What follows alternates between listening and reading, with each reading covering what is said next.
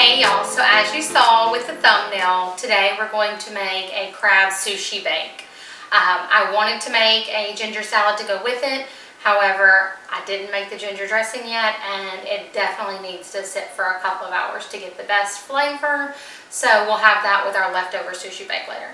But I need to get this done so that the kids have something to eat after VBS. So I have my rice in my rice cooker. I just use this 1 pound bag. It's a little bit more than what we need. Actually, it's quite a bit more than what we need. But I know Ellinor will want the leftover sushi rice to make rice balls. So for this recipe, you need about 1 cup of sushi rice. However, I'm doubling that, and I'll show you the way to double, or the way to cook, the way to prepare a full 2 cups of sushi rice, or how to season it and flavor it. So if you want, just cut the sushi rice portion in half, or double the crab mix and you'll have more to put over the top. Find the balance, but I'll write it out for y'all down in the description box so that you can get it all straight. But like I said, we'll have some left over so that Ellinor can have sushi balls or rice balls. So I'm just using a 1 pound package of sushi rice, and I've rinsed it a couple of times as I've seen and heard that that's what you're supposed to do. I don't always do that, but I did this time. And then for your rice to water ratio, you want it a little more than 1 to 1. However, for this, I just rinsed and rinsed and rinsed my rice, and then I measured, so I leveled it off, and then I measured 1 little knuckle and covered water up to that little knuckle. So I've got it in my little rice cooker. I'm going to pop this bad boy in the microwave and let it get going while we make the rest of everything. But you can make yours on the stovetop however you want to make it. Just follow the package directions. So while that cooks, I'm going to make the seasoning that we pour over the rice to give it that little tang kind of flavor. Let's see. So the first thing we need, again, for the full 1 pound of sushi rice is 1/4 cup of seasoned rice vinegar, and this is a liquid measuring cup. You need about 1 teaspoon of salt and 1 tablespoon of white granulated sugar. And that's all you need to season our rice. I'm going to set this to the side, and when our rice has about 10 minutes left, I'll heat this up on the stovetop. It doesn't have to cook or anything. We just want to melt that sugar down, or dissolve that sugar into the vinegar so that we can pour it over top. But right now, I don't have to heat this up or do anything with it. I can just let it sit. And if it ends up dissolving it on its own, then I don't even have to heat it up. But I'm just going to set it to the side for now. So while that's all making, we're going to make our super, super, super simple crab mixture to go on top of our sushi bake. So I just have 3 of us to feed tonight. So I don't need a ton of this leftover. We would eat it leftover, but we have plenty of other things that we need to eat. So I'm making a half portion. So I'm using an 8-ounce bag of imitation crab. And I'm going to take 2 forks. You can also use a food processor. That will speed things up quite a bit. But I'm just going to shred this into smaller pieces. Now that we have that pretty well shredded, we're going to add in about 1/4 cup of mayo. You can measure this if you like.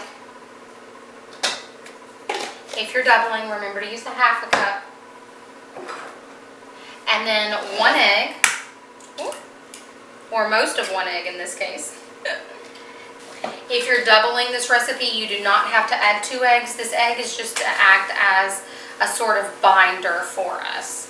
A little bit of pepper and a little bit of salt.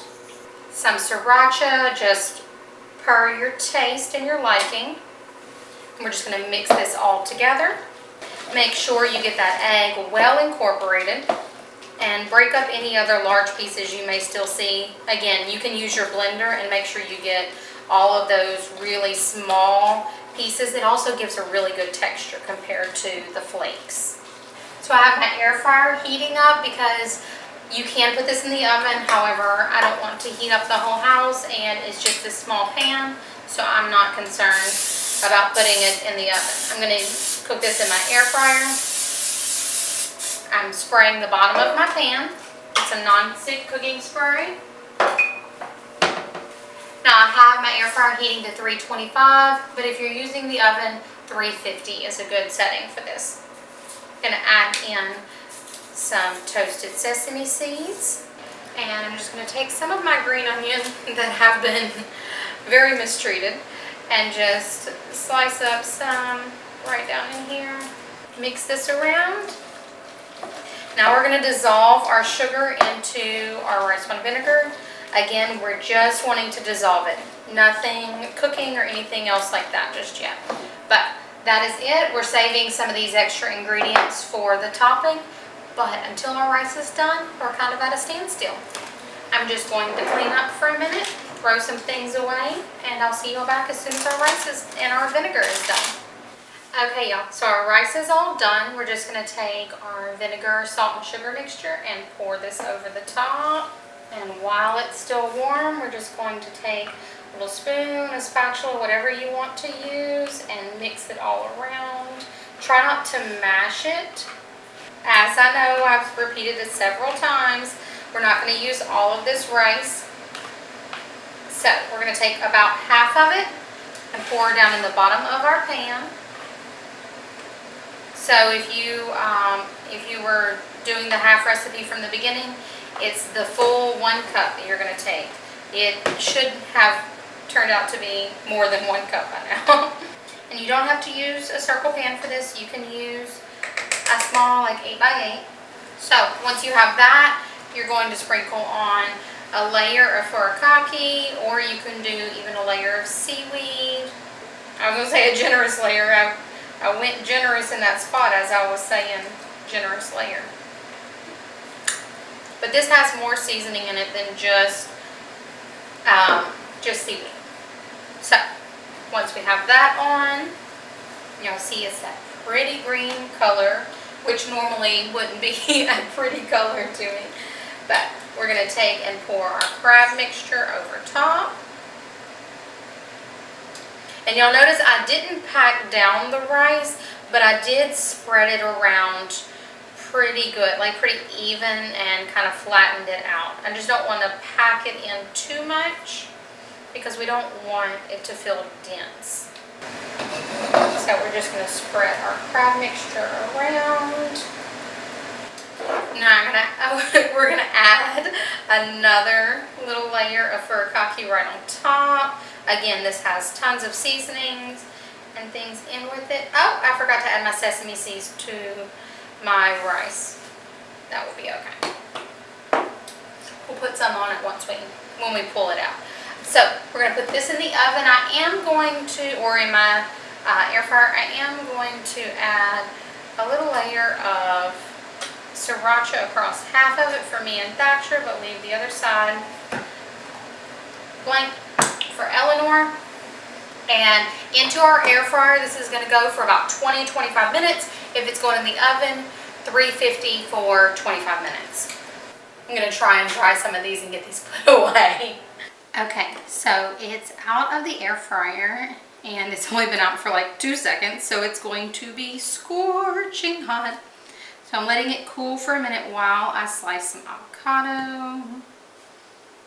And you could slice these up super pretty. I'm just going to make some little slices because, I mean, we do eat with our eyes, so you want to try and make things pretty, but I'm not super concerned with it.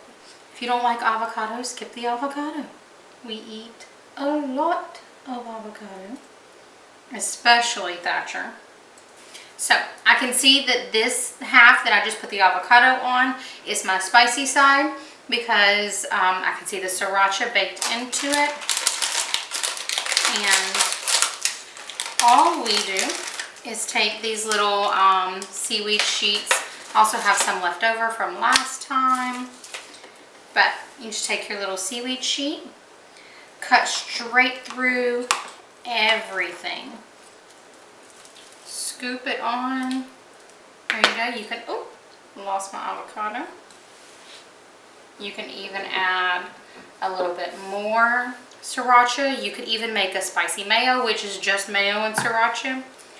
And you have a sushi bake bite. Oh, I should have let let it sit another minute or so it is not so hot. I'm not dropping it, but I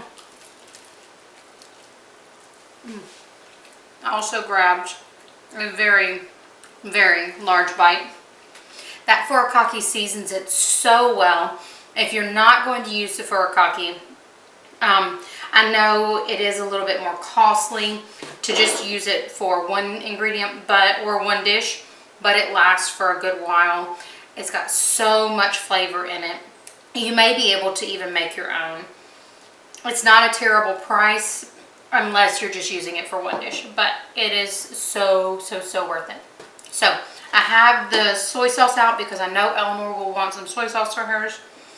She thinks anything with sushi rice has to have soy sauce, but you can eat this without anything extra added to it at all. Mine did have pretty good kick to it, but I like the kick, and I think Thatcher will too. So thank y'all for joining us. I hope you give this super easy, quick dish a try. It's not hard at all, and I promise you, you're gonna love it. As I knew Ellinor would, she has made hers with some soy sauce and her little chopsticks. And then Thatcher has his. Thanks to my mom. They have several sets of different kinds, but you eat with the bottom part. The top is just to be cute. But look how yummy. We're gonna sit down and eat, and we'll see y'all later. So even with cutting the recipe in half, we have some leftovers. So I figured I'd show y'all how I would pack this if we were taking it for lunch or like for the kids' school, anything. Just put aren't these little snack seaweed pieces fabulous? And we do the sea salt ones. But you just take it, and some of our bake is all torn up from us digging in it. But you just take it and press it down into it. Look, we've got a few pieces of avocado, and they can go right down on top of it. Now, if you don't like when your avocado browns, don't put the avocado on it. Just do the avocado when you're ready. The wonderful thing about it is God gave it a natural skin that it can just go in your lunchbox with it. But you just take it and you press it down in it. And then whenever you get ready to eat, flip it over, and it'll come out all in one piece. If you are putting this in the fridge and eating it the next day, I would suggest letting it sit out at least 10 minutes before you eat it, so it takes the chill off and it's not like super cold.